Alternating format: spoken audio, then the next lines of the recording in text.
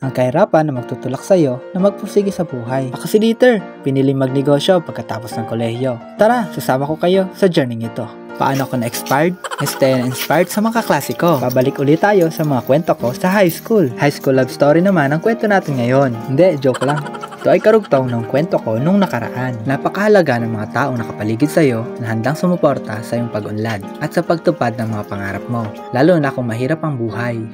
Inihanda na natin ang mga kagamitang gagamitin sa ating setup. Itinatali ko lang sa top box ang mga magagaan tulad ng artificial leaves. At sa unahan naman ang mabibigat, singbigat ng mga bayarin natin.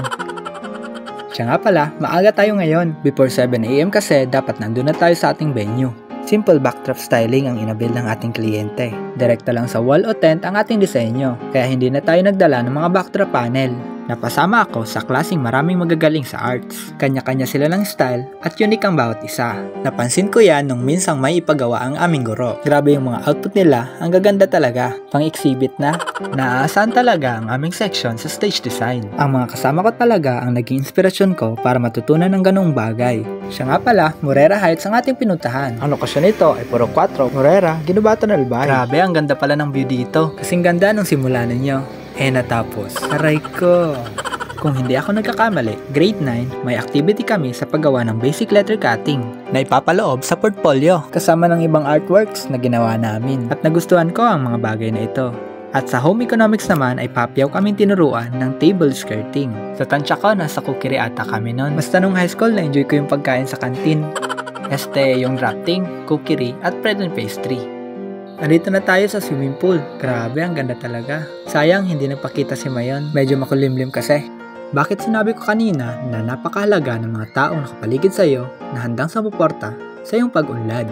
Ito ay naramdaman ko sa aming mga guro, kaibigan sa high school, pamilya, at sa ibang taong sumusuporta sa aking pag-unlad. Simulan na natin ang pagdidesign habang nakikinig sa aking mga kwento. Ang numero 1 sa ating listahan ay ang emosyonal na suporta. Kapag pinanghihinaan ka na ng loob, ang mga taong naniniwala sa iyo ang magpapaalala ng mga deadlines mo. Joke lang. Ang magpapaalala kung bakit mo sinimulan ang pangarap mo. Sila ang magiging lakas mo sa mga panahong gusto mo ng sumuko. Ang pangalawa, motibasyon at inspirasyon. Ang pagkakaroon ng support system ay nagbibigay ng inspirasyon. Kapag nakikita mong may naniniwala sa iyo at sa kakayahan mo, mas lalo kang gaganahang magsikap. Pangatlo, praktikal na tulong. Hindi lang emosyonal, maaaring tumulong sila sa mga konkretong paraan, gaya ng pagbibigay ng payo, resources, koneksyon o simpleng tulong sa pang-araw-araw para mas makapokus ka sa mga layunin mo. Pang-apat, accountability. Kapag may sumusuporta sa iyo, mayroon kang mga taong nagpapaalala at mag-uudyok sa iyong kumilos. Hindi ka nila hahayaang manatili sa comfort zone mo. Siya nga pala, tapos na natin gawin ang backdrop design. Table skirting naman ang ating gagawin. White and gold ang piniling motif ng ating kliyente. Kasama ko nga pala ang aking kapatid na babae. Magaling na rin yan mag-design. Ramaraket pangbayad sa parcel. Pero lang, pangdagdag niya sa budget niya sa pag-aaral bilang college student. Siya nga pala, online lang lahat ang naging usapan namin. Matagal na nga pala itong buong binayaran ng ating kliyente. Balik na tayo sa ating pinag-uusapan. Pang-5, pagtutulungan. Sa gitna ng kahirapan, mahalaga ang bayanihan. Mas magaan at mas posible ang tagumpay kapag may nagtutulungan kaysa mag-isa mong nilalabanan ang lahat.